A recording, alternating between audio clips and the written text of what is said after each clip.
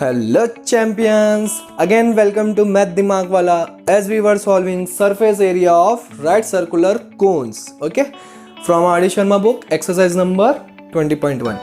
तो इसके पहले वाले लेक्चर में हमने अप्रॉक्स 10 क्वेश्चन सॉल्व किए थे बच्चों, है ना। तो आज हम उसको आज के आगे कंटिन्यू करने वाले हैं। होप आपको वीडियो मज़ा आ रहा है, ये चैप्टर सॉल्व करने में मज़ा आ रहा है। क्वेश्चंस की क्वांटिटी बहुत ज़्यादा हो रही है सर, है ना। सब बच्चे यही बोल रहे होंगे। तो बेटा आप एक बात आप दिमाग में बैठा लो कि जितना ज़्यादा आप क्वेश्चंस की प्रैक्टिस करेंगे ना मैथ्स में या फिजिक्स में, तो उतना आपका कॉन्सेप्ट क्लियर होता है और फॉर्मूले जो है आपको रटने की ज़रूरत नहीं पड़ती। वो फॉर्मूले फिर ऑटोमेटिक क्या हो जाते हैं, दिमाग में स्टोर होते जाते हैं। ठीक है, तो आज भी स्टार्ट करें। So let's start.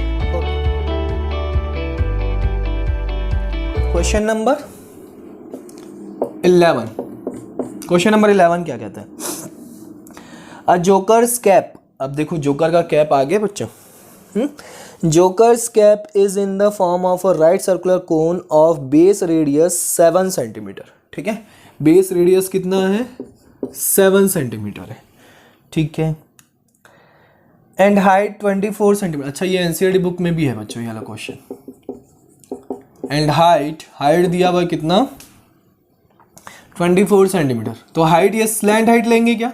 नहीं, जब भी हाइट बोलेगा तो आपको क्या लेना है? वर्टिकल हाइट लेना है। ठीक है, और ये आपके पास फॉर्मूले हैं जो मैंने पिछले लेक्चर में आपको करवाए थे। ठीक है, मैंने फिर से आपके लिए नोट कर लिया है।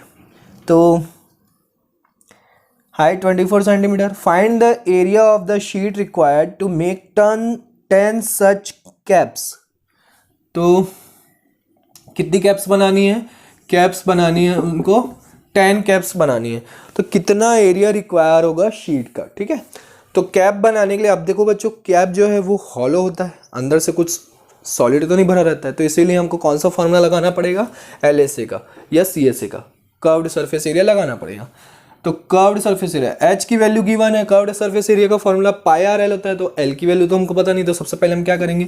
L की वैल्यू फाइंड आउट करेंगे। तो L की वैल्यू कैसे फाइंड आउट होती है? यहाँ से L is equal to square root of R square plus H square. L की वैल्यू कितनी है? R की वैल्यू कितनी है? 7 7 49, और 24 का स्क्वायर करते हैं तो कितना आता है? 526। चलो करो, 4 4 जा 16, 1 कैरी, 4 2 जा 8 9, 2 4 जा 8, 2 2 जा 4, 576 होता है। हाँ ठीक, 576। इसी में 49 ऐड करना है हमको, तो 49 ऐड करो। 9 + 6 15, 1 कैरी, 8 + 4 12, 1 कैरी, 625। तो L इज इक्वल टू कितना आ गया? √625। दैट मीन्स 625 किसका स्क्वायर रूट होता है बच्चों? 25 का। तो 25 सेंटीमीटर L की वैल्यू आ गई। अब L की वैल्यू मिल गई, अब क्या करो? अब CSA निकाल लो। तो CSA for 1 cap, CSA for 1 cap πRL formula 22/7, R की वैल्यू 7, L की वैल्यू 25। तो 7 7 कैंसल आउट। ठीक है, 25 2 जा 50, 25 2 जा 50, 5 कैरी, 25 2 जा 50। अच्छा, डायरेक्ट हम 25 से मल्टीप्लाई। हाँ, 25 2 जा 50, 0, 5 कैरी, 25 2 जा 50, 55। तो 550 सेंटीमीटर स्क्वायर, ये हमारा CSA आ गया for 1 cap. Therefore for 10 caps तो कितना हो जाएगा? 10 × 550 centimetre square, that is 5500 centimetre square. इतना एरिया शीट का क्या होगा? रिक्वायर्ड होगा। क्लियर है? Next question number 12। Question number 12 क्या कहता है? Find the ratio of the CSA of two cones if their diameters of the bases are equal and slant heights are in the ratio. Slant, देखो दो कोन है, दो कोन का CSA 1 and CSA 2 ये हमको फाइंड आउट करना है। दोनों का डायमीटर इक्वल है। डायमीटर इक्वल है मतलब R1 जो है इक्वल है R2 के। डायमीटर इक्वल है मतलब रेडियस भी इक्वल है ना। एक्सक्यूज मी, सॉरी बच्चों, हाँ सर्दी का मौसम है ना। तो R1 is equal to R2 हो गया। उसके बाद और क्या गिवन है, स्लैंट हाइट का रेशियो गिवन है, L1 race to L2 is equal to given है हमको 4:3। अब इस टाइप के क्वेश्चन में आप x से मल्टीप्लाई मत कर देना बच्चों, क्योंकि ऑलरेडी हमको रेशियो फाइंड आउट करना है और रेशियो ही गिवन है, तो ऐसा मत करना, ठीक है। ऐसे का फॉर्मूला क्या होता है, क्या हो जाएगा, पाई R1 L1 upon pi R2 L2, pi pi cancel out, R1 और R2 इक्वल है तो ये भी cancel out, L1 upon L2 का रेशियो कितना है 4:3। आंसर इजी था, समझ में आया, इसीलिए बोल रहा था मैं x से मल्टीप्लाई मत कर देना, रेशियो गिवन है। सर ने तो बताया था कि जब भी रेशियो गिवन है सीधा x से मल्टीप्लाई कर देंगे, तो बेटा क्वेश्चन को रीड भी करना है, अगर जरूरत ही नहीं है मल्टीप्लाई करने की तो क्यों करेंगे, डायरेक्ट आंसर आ गया हमारा, ठीक है। Okay, next question number 13। There are two cones, there are again two cones, the curved surface area of one is twice that of the other, curved surface area one is twice that of other, ठीक है। Okay, the slant height of the latter is twice that of the former, slant height of the latter मतलब बाद वाले की slant height मतलब L2 की slant height जो है, former मतलब फर्स्ट वाले की slant height की कितना है, ट्वाइस है, मतलब L2 is equal to 2L1 हमको गिवन है। क्वेश्चन देखो कैसे घुमाता है, slant height of the letter मतलब बाद वाला जो कोण है, मतलब CSA2 की जो स्लैंट हाइट है L2, वो फर्स्ट वाली, फॉर्मर मतलब फर्स्ट वाले की कितना है, ट्वाइस है, तो L2 is equal to 2L1 given है, ठीक है। Find the ratio of the radii का रेशियो फाइंड आउट करना है, चलो। ओके, तो CSA1 मतलब pi R1 L1 is equal to 2 into CSA2 मतलब पाई R2 L2, ठीक है। अब देखो यहाँ से पाई पाई कैंसिल आउट हो जाएगा, R1 बाय R2 आप कर लो, 2 इंटू इधर L2 बाय L1 मिल जाएगा। अब L2 की जगह हम क्या लिख सकते हैं, 2L1 लिख सकते हैं अपॉन L1, है ना, तो ये L1 कैंसल आउट, तो 2 2 जा 4, तो R1 बाय R2 जो है रेशियो मिल गया 4:1, आंसर क्लियर है बच्चों। नेक्स्ट क्वेश्चन नंबर 14, इजी है, ऐसे टाइप के क्वेश्चन जरूर पूछता है बच्चों, और कंपटीशन एग्जाम में भी आते हैं, जैसे NTSC के एग्जाम में आपको ऐसा टाइप के क्वेश्चन पूछेगा, SSC के एग्जाम में ऐसे क्वेश्चन आ सकते हैं, ठीक है। Next question, the diameters of two cones are equal, again diameters जो है दो कोन के इक्वल है, मतलब R1 is equal to R2, diameter equal है मतलब रेडियस इक्वल, ठीक है। If their slant heights are in the ratio 5:4, slant height का रेशियो गिवन है L1:L2 is equal to 5:4। Okay, find the ratio of their curved surfaces CSA1 CSA2 find out करना है। चलो video को pause करो, अब सॉल्व करो। कैसे सॉल्व करेंगे, बहुत इजी हो गया, pi R1 L1 upon pi R2 L2, pi pi cancel out, R1 R2 cancel out, क्योंकि दोनों क्या है, इक्वल है। L1 अपॉन L2 की वैल्यू दी हुई है 5:4, आंसर। समझ में आया बच्चों, क्लियर है, नोट कर लो, नोट करो, फिर आगे क्वेश्चंस करते हैं। क्लियर है बच्चों, मज़ा आ रहा है। अब यहाँ पे देखो, मैंने मल्टीप्लिकेशन देखो जब भी करता हूँ तो कितना फटाक से कर लेता हूँ ना, तो आप लोग सोचते होंगे सर इतना जल्दी कैसे कर लेते हैं, सर को वैदिक मैथ्स आता होगा, है ना, सर को ट्रिक पता होगा, है ना, तो ऐसा कुछ नहीं है बच्चों। ऑफ कोर्स मुझे आता है, ऐसा नहीं है कि नहीं आता है, बट आपका कैलकुलेशन स्पीड होना चाहिए बच्चों, आपको ट्रिक की ज़रूरत नहीं है। अगर आपका कैलकुलेशन स्पीड है तो आपको किसी भी चीज़ के लिए ट्रिक की ज़रूरत नहीं है, ठीक है, चाहे वो कोई सा भी हो। अब देखो, आप जैसे कि YouTube में सर्च करते रहते हैं आप लोग, और आप देखते होंगे थंबनेल्स भी बहुत सारे कि 2 सेकंड में इस क्वेश्चन को सॉल्व करो। अब भाई 2 सेकंड में सॉल्व करना है उस क्वेश्चन को, और फिर जब हम वीडियो चालू करते हैं, प्ले करते हैं, तो क्या होता है, उस क्वेश्चन को सॉल्व करने के लिए अगेन एक फार्मूला बता देते हैं। नहीं, मैं समझ रहा हूँ कि वो ट्रिक है, बेशक बेशक वो काम आता है, नो डाउट, बट क्या होता है कि उस ट्रिक को भी समझने के लिए हमको एक और अनदर फार्मूला रखना पड़ता है। अब फार्मूला की वजह से आप मैथ से दूर भाग रहे हो, फिर आप क्या कर रहे हो, ट्रिक के चक्कर में और एक दूसरा फार्मूला लर्न कर रहे हो। तो एक प्रकार से क्या हो गया, वो डिस्ट्रैक्शन हो गया आपका बच्चों की। ट्रिक है इसका कर लो।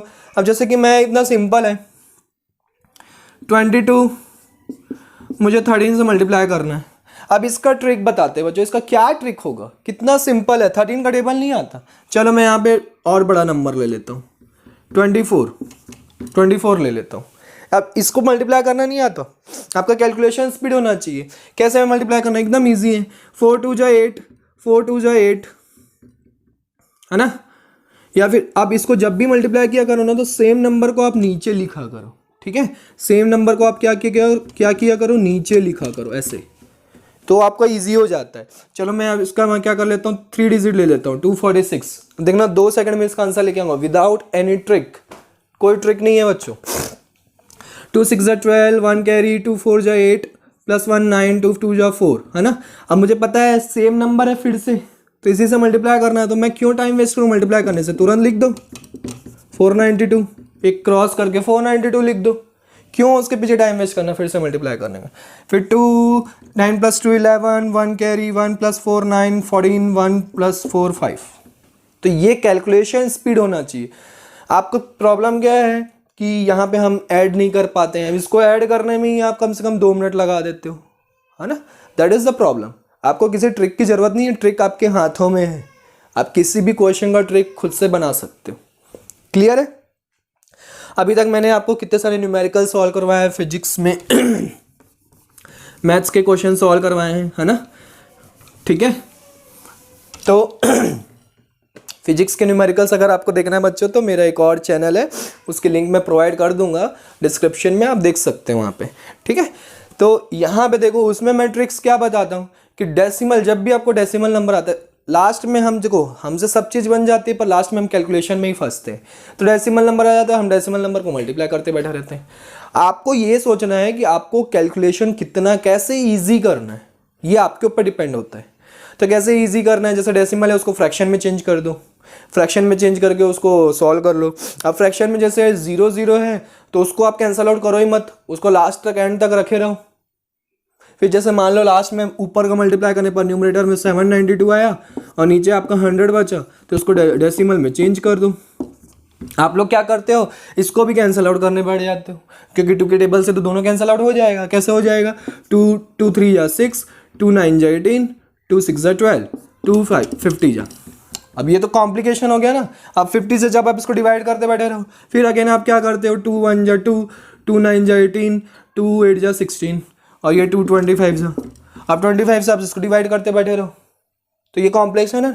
तो आप क्या करो, जब आंसर आता है, आप इससे नीचे जो जीरो के टर्म में अगर आपके पास आ गया, डिनोमिनेटर अगर आपके जीरो के टर्म में आ गया, तो आपको घबराने की बिल्कुल ज़रूरत नहीं है। आप क्या करो, ऊपर न्यूमरेटर को सॉल्व करो, डिनोमिनेटर को तुरंत आप डेसिमल में चेंज कर दो। जैसे कि मान लो आपका आंसर आया, फॉर एग्जांपल आंसर आपका आता है, आपका आंसर आया, बहुत बड़ा आंसर आया, ठीक है। आपका आंसर आया 84392, ठीक है, 5 डिजिट का आंसर आया, और अपॉन में आपका क्या है, 100 है। तो आप इसको कैंसिल आउट मत करो बच्चों, 2 0 हैं, 2 डिजिट के पहले पॉइंट लगा दो, 843.92। क्यों आप डिवाइड करने के पीछे तुले हुए, है ना। कई बच्चों को पता है ये, और कई बच्चों को नहीं पता, वो क्या करते हैं, कैंसिल आउट करते बैठे रहते हैं। टाइम क्यों वेस्ट करना, आपका अल्टीमेटली आंसर लास्ट में यही आना, आप कैंसिल आउट करके देख लो, ठीक है। तो ट्रिक जो है बच्चों आपके हाथों में, ठीक है। सर आपने तो बड़ी अच्छी चीज़ बता दी, आपके हाथों में जादू, ठीक है। चलो, तो कभी भी ट्रिक के पीछे मत भागो बच्चों। हाँ, कुछ ऐसे जो कॉम्प्लेक्शंस हैं जिनके लिए ट्रिक होना ज़रूरी है, जैसे कि स्क्वायर रूट फाइंड आउट करना, ये सारी चीज़ों के लिए आपके लिए ट्रिक ज़रूरी होता है, ठीक है। क्योंकि उसके ट्रिक से क्या होता है कि 2 सेकंड में स्क्वायर रूट अगर आप सॉल्व कर लोगे तो आपका बेनिफिशियल होगा, अदरवाइज आप क्या करते बैठे रहोगे, फैक्टराइजेशन करते रहोगे। यार मल्टीप्लिकेशन के लिए क्या ट्रिक यार, मल्टीप्लिकेशन का ट्रिक तो आप खुद से जनरेट कर सकते हो ना, ठीक है। ओके, नेक्स्ट क्वेश्चन नंबर 14 तक हुआ था ना हमारा। हाँ, क्वेश्चन नंबर 15 बीच में छोटा सा लेक्चर, है ना। क्वेश्चन नंबर 15 जो है ये आपको एनसीईआरटी बुक में भी मिल जाएगा बच्चों। अब ये क्या कहता है, ये कहता है CSA of a cone is 308 centimetre square. CSA of a cone हमको गिवन है 308 सेंटीमीटर स्क्वायर, ठीक है। And its slant height is 14 centimetre. Slant height given है हमको 14 सेंटीमीटर, ठीक है। Find the radius of the base and total surface area of the cone. Radius of the base find out करना है and total surface area of the cone, दोनों चीजें हमको क्या करनी है, फाइंड आउट करनी है, ठीक है। Very simple. तो CSA से हमारा क्या आ जाएगा, रेडियस आ जाएगा। चलो लगा लो। CSA का formula 308 pi R L is equal to 308, ठीक है। पाई की वैल्यू पुट करनी पड़ेगी क्योंकि हमको आर की वैल्यू फाइंड आउट करनी है। तो आर एल की वैल्यू 14, 308, 7 2 जा 14, ठीक है। अब देखो यहाँ पे 11 2 जा 22 आ रहा है। अब देखो इसको आप क्या करते हो, कॉम्प्लेक्स करते हो। इजी कैसे कर सकते हो, यहाँ पे चेक करो ना, क्या पता 11 के टेबल से चला जाए। देखो 11 2 जा 22, 8 बचा, 11 8 जा 8, तो ये इजी हो गया ना बच्चों। 2 14 जा और 2 7 जा, तो आर इज इक्वल टू कितना आ गया, 7 सेंटीमीटर। आर की वैल्यू 7 सेंटीमीटर आ गई। अब TSA फाइंड आउट करना है बच्चों। तो TSA का फॉर्मूला क्या होता है, पाई आर ब्रैकेट में एल प्लस आर। पाई की वैल्यू 22/7, आर की वैल्यू 7, एल की वैल्यू 14, 14 प्लस 7 कितना होगा 21, तो 7 7 कैंसल आउट। अब देखो 22 को 21 से मल्टीप्लाई करना है, तो 21 का टेबल तो इतना तो आपको बच्चा बन जाता होगा, कितना ईजी है। 21 2 जा कितना होता है 42, 2 4 कैरी, 21 2 जा कितना होगा 42, 42 प्लस 4 46, 462 सेंटीमीटर स्क्वायर। इतना तो बच्चों हर किसी को बन जाता है। मैंने कोई ट्रिक लगाया, कोई ट्रिक नहीं लगाया। समझ में आ रहा बच्चों। तो अगर आपका कैलकुलेशन स्पीड है तो आपको ट्रिक की जरूरत ही नहीं है। नेक्स्ट क्वेश्चन नंबर 16, ठीक है। ट्रिक तो बच्चों मैं भी बता सकता हूँ, ये सारी ट्रिक। आप क्या करोगे, इसको मल्टीप्लाई करना है डबल, जब सेम डबल डिजिट हो जाता है तो उसके लिए क्या रूल है, तो यहाँ पे इसको मल्टीप्लाई करने के लिए आप रूल याद करते रहो। ट्रिक, अब ट्रिक के लिए भी आप फॉर्मूला याद रखोगे तो फिर ट्रिक की जरूरत क्या है ना। Next question number 16, again question number 16, ये भी क्या है एनसीईआरटी में गिवन है बच्चों, सेम क्वेश्चन है। क्वेश्चन नंबर 16 क्या कहता है, the slant height and base diameter of conical tomb. Conical tomb मतलब एक गड्ढा जो कॉनिकल शेप का बना हुआ है, उसका बेस रेडियस, स्लैंट हाइट और बेस डायमीटर गिवन है। स्लैंट हाइट कितनी है 24 मीटर और डायमीटर कितना है 14 मीटर, तो रेडियस कितना हो जाएगा 7 मीटर, ठीक है। 25 मीटर एंड 14 मीटर, ठीक है। Find the cost of white washing. अब उसमें क्या करना है हमको, वाइट वॉशिंग करना है। It's curved surface at the rate of 210 rupees पर 100 metre square.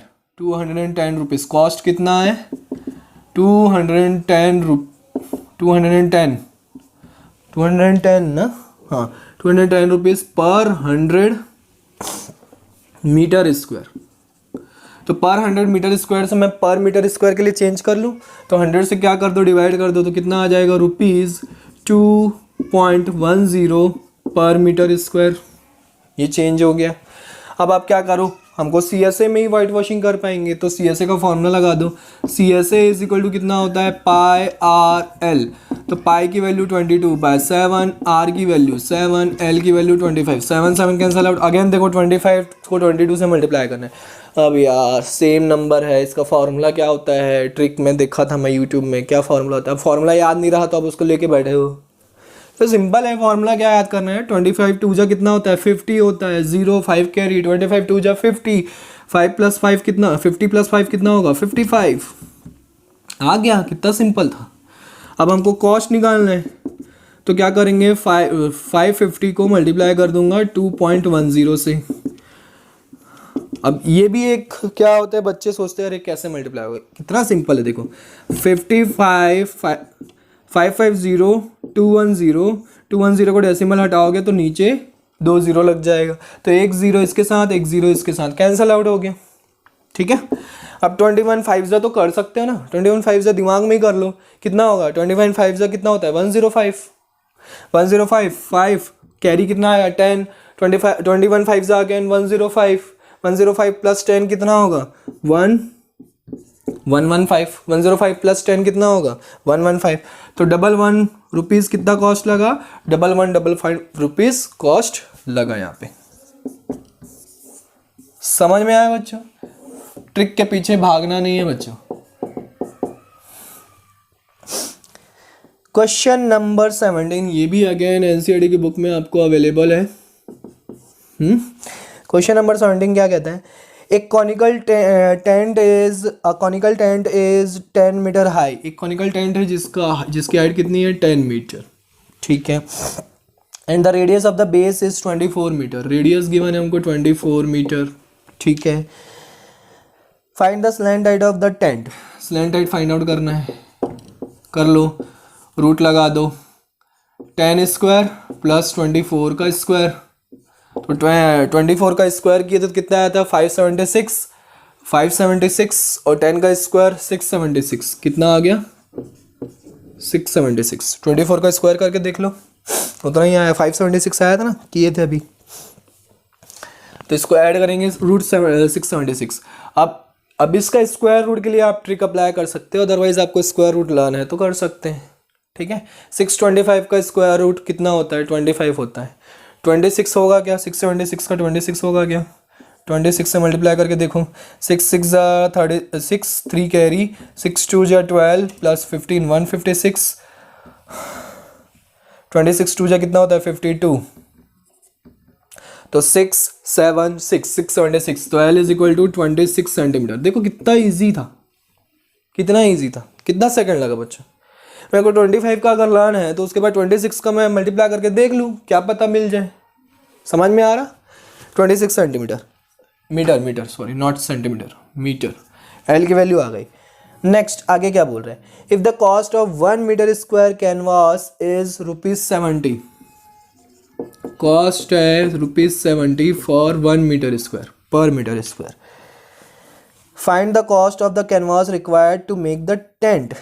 Canvas find out करना है, कॉस्ट फाइंड आउट करना है for make the tent. Tent बनाने के लिए हमको कैनवास का कॉस्ट फाइंड आउट करना है, ठीक है। चलो, तो टेंट बनाना है, तो टेंट भी क्या होता है, एक हॉलो होता है, तो CSA का फॉर्मूला लगाना पड़ेगा। CSA फाइंड आउट कर लो, क्या होता है πRL, पाई की वैल्यू 22/7 है ना, CSA लगाएंगे ना।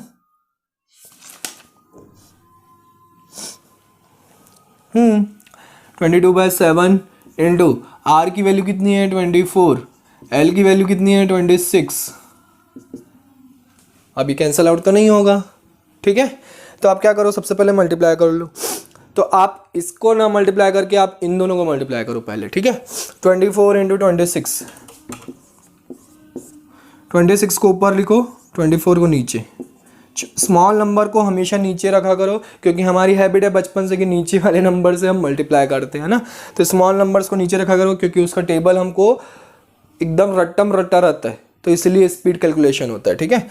4 6 कितना होगा 24, 4 2 कैरी, 4 2 8 प्लस 2 0, 2 6 12, ये 52 हो गया, 4 2 6 624 आ गया, 624 इंटू 22, 624 इंटू 22। अब इसका आप ट्रिक ढूंढते बैठे रहो, जब तक आप ट्रिक ढूंढोगे तब तक मैं इसका आंसर भी बता दूंगा।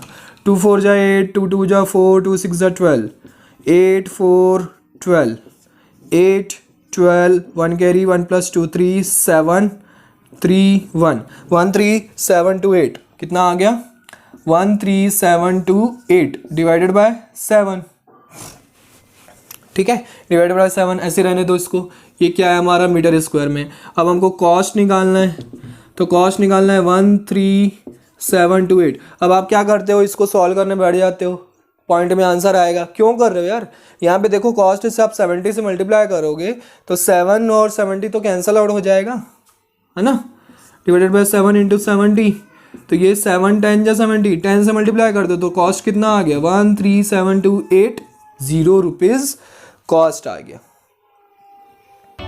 समझ में आया, क्लियर है, नोट कर लो, नोट करना चाहो तो।